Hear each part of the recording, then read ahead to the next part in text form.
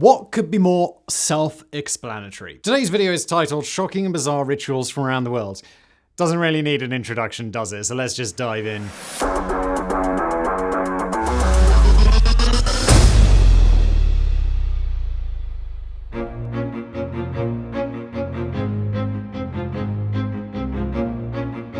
Imagine this, somewhere, rural Spain, a man leans over a nearly dead bull covered in horrific wounds. Through tortured gasps, the exhausted animal grimaces as, one by one, the man slices off its twitching ears with a pitted steel knife. Then, as warm blood pools below the defeated beast, the man raises his grisly prizes skyward amidst shrill cheers from hundreds of frenzied and intoxicated onlookers.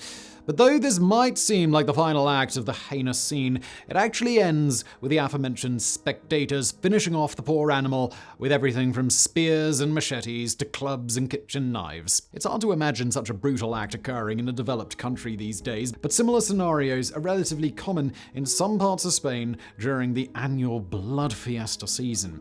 And despite what many of us think, to many locals, the fiestas aren't considered wanton acts of brutality, but rather sport, tradition, and rites of passage. In Spain, traditional bullfights in large arenas are the most well-known and controversial competitions between man and beast. They're popular with some Spaniards and foreign tourists, but according to data and eyewitness accounts, blood fiestas are usually far more gruesome and account for significantly higher animal deaths every year. However, blood fiestas have stayed out of the international spotlight, largely because they're usually practiced in rural areas where outsiders just don't venture. In recent years, outraged animal rights advocates from all over Europe have infiltrated a number of blood fiestas, and much of what they've discovered and documented is cringeworthy to say the absolute least. Some have witnessed and filmed animals like bulls, goats, and calves being beaten, stoned, kicked, cut, and hacked by frenzied mobs. Some were even dragged behind pickup trucks over rocky terrain while they were still alive, until all that remained were traces of bone and bloody tissue. Most Spaniards disapprove of such activities, but in some remote areas, blood fiestas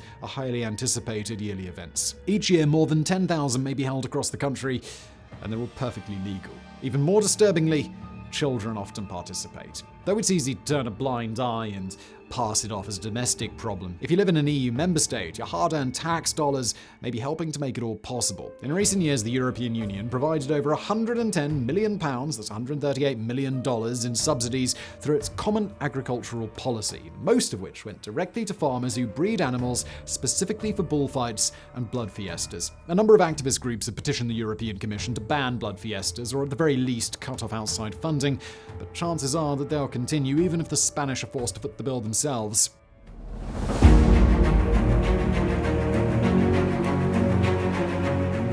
the risk of sounding crass at one time or another, most of us have wished that a deceased loved one could have hung around a bit longer. Ironically, for Igorot families in the northern Philippines, the dearly departed often do just that.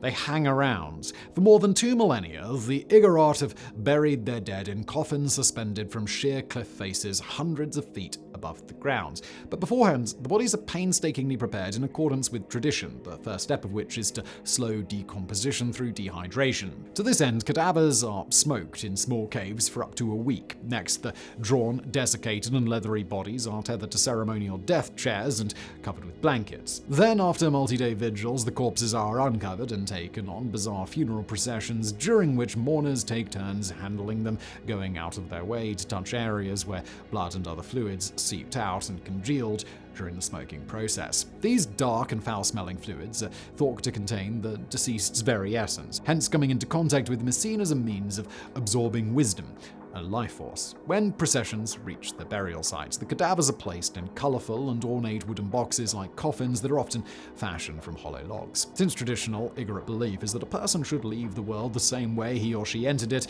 in the past the dead were buried in fetal positions in coffins far smaller than the bodies themselves. Since rigor mortis sets in long before burial, this usually involved breaking the deceased femurs so that the knees could be pushed towards the chin. These days, however, many younger Igorot lack the intestinal fortitude required to crack stout leg bones, so the dead are generally buried, stretched out, in regular body-length coffins. Either way, prior to burial, each body is wrapped in a blanket, the lid is nailed into place, and the coffin is hoisted upward and anchored into place on the side of a cliff. To ensure that the living can pay their respects to the dead every day, the fronts of the coffins are always pointed toward the home of the deceased's closest family members. Though there's no consensus on why these rituals are performed, the reasons are likely manifold. First, smoking and suspending the bodies cuts down on the putrefaction and odors and makes them inaccessible to scavengers and predators. In addition, it's believed that suspended bodies are closer to the heavens and the spirits of those who pass before them. Nonetheless, these days, even in remote areas, many young Filipinos identify as Christians, and as such, most prefer to bury their dead relatives in a run-of-the-mill cemeteries.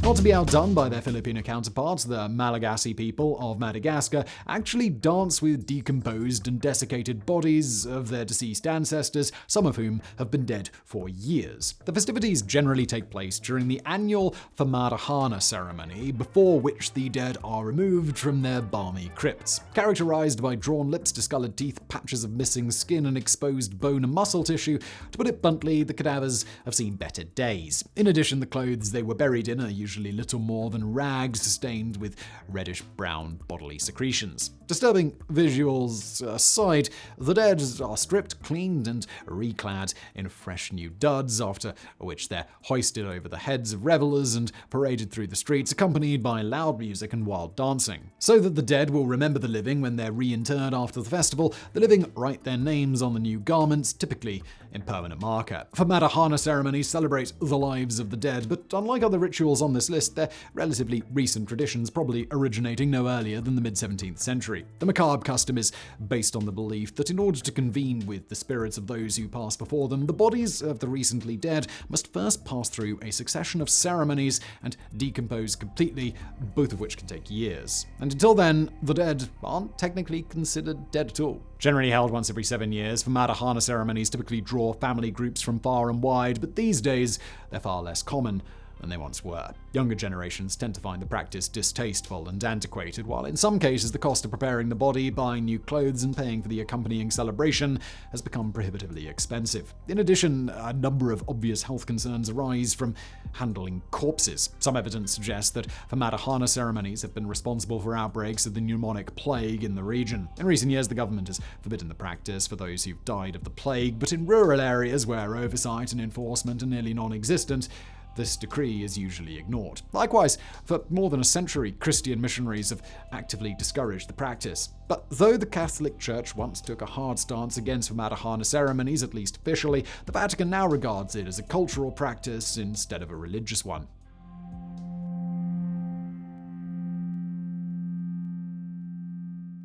Whether for reverent remembrance or outright survival, cannibalism has been practiced around the world since the beginning of time. Most of us associate the stomach-churning practice with ancient history and isolated tribes exclusively, but cannibalism reared its ugly head in the United States in the late 1840s when the ill-fated Donner Party became stuck in the Sierra Nevadas during a particularly harsh winter while en route to California. Then there was the case of the Uruguayan rugby team that crash-landed in the Andes in mid-October of 1972. But cannibalism isn't always about survival or a grisly act of aggression toward a vanquished enemy. Instead, for some cultures, dining on human flesh has more to do with respect and reverence, and for them, it's no more bizarre than sitting down to steaming haggis or a Thanksgiving turkey. Hidden away deep in the heart of the immense Brazilian rainforest, the YANOMAMI tribe managed to evade detection until the mid-1700s when Spanish explorer Apolinar Diaz de la Fuente trekked into the Padamo River basin near the Venezuelan border. Encountering thousands of indigenous YANOMAMI living in hundreds of villages across the region, Diaz de la Fuente and his cohorts were fascinated by the culture. The Yanomami lived in large, elevated communal structures that housed between 100 and 400 people, but their communities had no chiefs or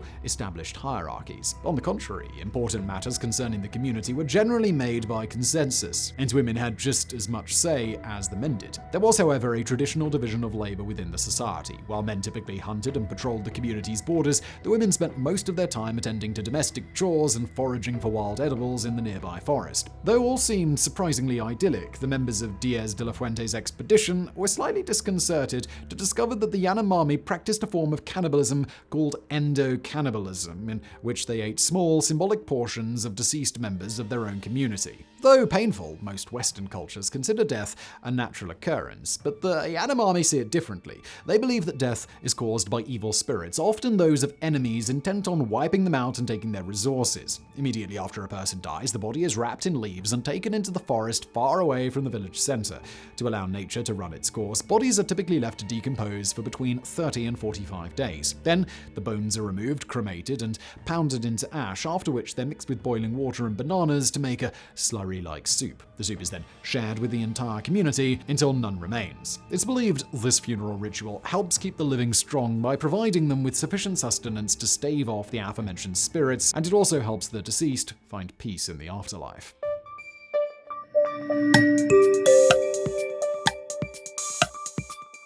In cultures around the world, the transition from boyhood to manhood is often accompanied by celebrations and rituals, the latter of which may involve feats of strength, tests of courage, and painful ordeals. From a physical pain perspective, the bullet glove ritual practiced by the Satere Moe people of Brazil takes the absolute cake. The Moe believe that to become men, boys must endure the most excruciating pain imaginable. Thankfully, there's an easy solution, because the jungles in which the Moe live are teeming with bullet ants, or Paraponera clavata. Bullet ants are so named because their fearsome mandibles are widely regarded as inflicting the most painful bites in the insect world, not unlike being shot. In fact, along with North American tarantula hawk wasp, bullet ants are the only insects to rate perfect 4.0 scores on the Schmidt Sting Pain Index, a comparative scale created in the 1980s by entomologist Justin Schmidt to classify and rate the relative pain inflicted by various species. While compiling data, Schmidt traveled the world to experience many insect stings firsthand. After enduring numerous bullet ant bites, he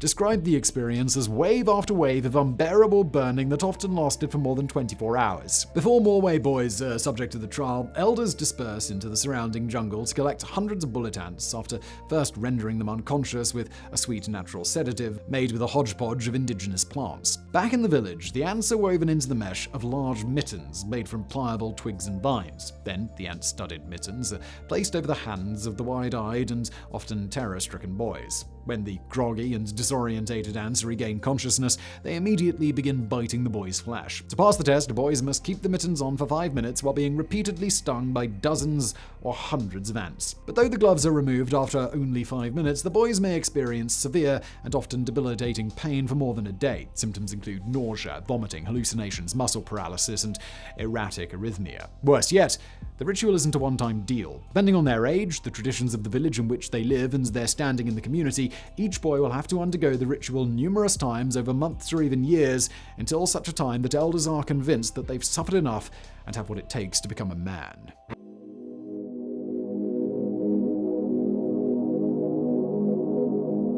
Located on the eastern Indonesian island of South Sulawesi, the Tanah Toraja Regency is often referred to as the Land of Heavenly Kings. Renowned for its primordial jungles, vibrant culture, and valuable export products like coffee and cocoa, it's an idyllic place inhabited by the Toraja people. Well known regionally for a particularly eerie funerary practice, the Toraja believe that life and death are largely inextricable. As such, deceased members of the community aren't technically considered dead until they've undergone a number of elaborate rituals, after which their spirits are free to pass into the heavenly ancestral resting place known as Puya. Hence, physical death should be celebrated, not mourned, and as a result, funerals are generally larger, more lavish, and more expensive than weddings, birthdays, and anniversary parties. In fact, they're often week-long affairs that don't begin until months or years after the deceased has passed on. Shortly after death, bodies are mummified and placed in special rooms in the homes of relatives. During this time, family members continue to interact normally with the decaying bodies because they believe that they're in a state of extended sleep. Then the bodies are buried, but only temporarily, because during Manene Festival, which is practiced every 3 years, the corpses are exhumed, tidied up, and dressed in new clothes. Between festivals, the families of the recently deceased often live in grinding poverty to save money to pay for these extensive ceremonies. Another important aspect of the ritual is the creation of lifelike wooden effigies called tautau. During the hours-long funeral processions through the village, the tautau are carried alongside the bodies that they represent, after which celebrations, including song, dance, and feasts, may last for days. When the food and money are gone and everyone is ready to get back to their normal lives, the bodies are once again interred in stone mausoleums, caves, or hollowed-out tree trunks. Whatever the case, the Taotao are left at the entrances as sentinels. As this tradition has become more well-known, the TORAJA have turned it into a lucrative tourism business. Some claim that this has led to meaningless embellishments and that it somehow lessens the solemnity of the affair. Either way, both locals and visitors are urged to leave offerings with the Taotao as payment for their protective services. Generally, Coca-Cola, cigarettes, cut fruit, and packaged cookies are greatly appreciated.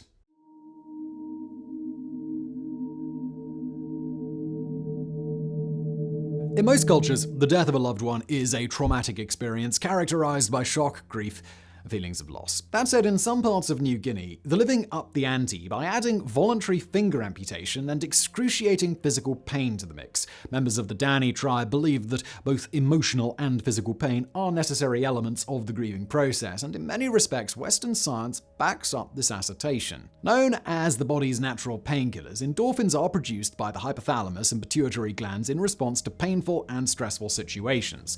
Though they're not cure-alls, both generally produce feelings of well-being and, in some cases, mild euphoria. Few would argue that willfully amputating fingertips produces lasting happiness, but it's been a tradition among Dani women for generations. After the death of a loved one, female family members tightly wrap a cord around the middle knuckle of one finger for approximately 30 minutes. This decreases blood flow and creates a localized numbness, after which the portion of the finger above the tourniquet is severed with a swift hatchet blow. Next, the wounds are immediately cauterized to prevent bleeding and infection, and the severed digits are burned into ash and kept in the owner's home to ward off evil spirits. Tradition has it that if this ritual isn't practiced, the deceased spirit may linger in the village and cause mischief and turmoil. Though the practice is technically illegal in New Guinea, it's still relatively common in rural areas where enforcement is lax. In some Dani villages, many of the older women are missing the tips of every finger on at least one hand, but the practice isn't particularly popular with younger women who prefer manual dexterity to honoring the dead.